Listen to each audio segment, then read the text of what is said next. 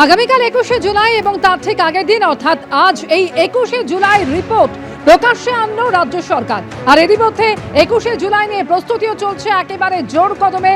একদিকে কালীঘাট তৃণমূলের তরফে মমতা বন্দ্যোপাধ্যায় তিনি আজকে প্রস্তুতি খতিয়ে দেখলেন বিড়লা তারামণ্ডলের সামনে 21শে জুলাই পালন করতে চলেছে কালীঘাট তৃণমূল। আর অন্যদিকে ঋতব্রত শিবির তারাও আজকে প্রস্তুতি খতিয়ে দেখতে পৌঁছে গেলেন মেয়র রোডে, যেখানে তারা সমাবেশ করতে চলেছেন তার প্রস্তুতি খতিয়ে দেখলেন চন্দ্রিমা ভট্টাচার্যরা।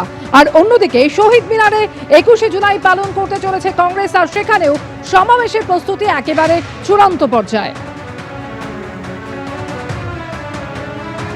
আর যেরকম শুরুতেই আপনাদের বলছিলাম, আজকে দিনের সব থেকে বড় খবর আগামীকাল 21শে জুলাই এবং তার ঠিক আগেই 21শে জুলাই নিয়ে রিপোর্ট প্রকাশে আনলো রাজ্য সরকার। 33 বছর আগে ঠিক কি হয়েছিল তা নিয়ে রিপোর্ট প্রকাশ করলো বিজেপি সরকার। তৃণমূল জমানায় গঠিত কমিশনের রিপোর্ট এবার প্রকাশ্যে এলো 14 বছর পরে। তৎকালীন বিদ্যুৎ মন্ত্রীকে আড়াল করতে তথ্য দেননি মমতা বন্দ্যোপাধ্যায়। রিপোর্ট প্রকাশ করে বললেন মুখ্যমন্ত্রী, আইন অনুযায়ী প্রয়োজনীয় যথাযথ নির্বাহী তদন্ত এক্সিকিউটিভ ইনকোয়ারি হয়েছিল বলে কমিশন মনে করে না। সম্পূর্ণ নির্বাহী তদন্ত প্রক্রিয়াটি ন্যায্য, যথাযথ, সরল বিশ্বাসে সম্পন্ন হয়েছে বলে প্রতীয়মান হয় না।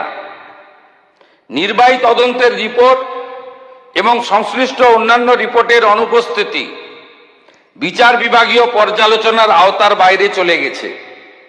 ফলে পুলিশি গুলিচালনার যথার্থতা প্রমাণিত হয় না।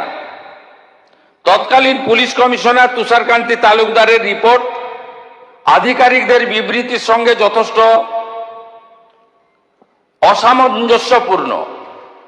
তৎকালীন পুলিশ কমিশনার প্রকাশ্যে অস্বীকার করেছেন, বিতর্কিত করেছেন এবং কার নির্দেশে পুলিশ গুলি চালানো হয়েছিল সেই প্রকৃত তথ্য প্রকাশ করতে অস্বীকার করেছেন।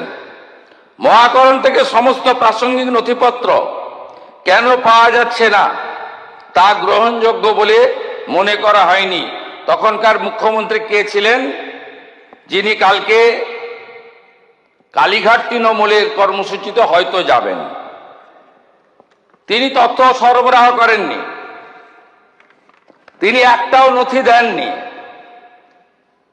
কারণ ওনার পাওয়ার মিনিস্টার ফেঁসে যাওয়ার প্রভূত সম্ভাবনা ছিল।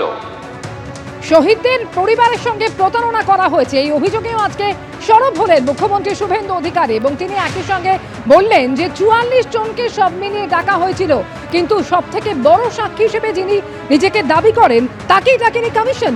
21শে জুলাই কি হয়েছিল তা এখনো জানে না পশ্চিমবঙ্গের মানুষ।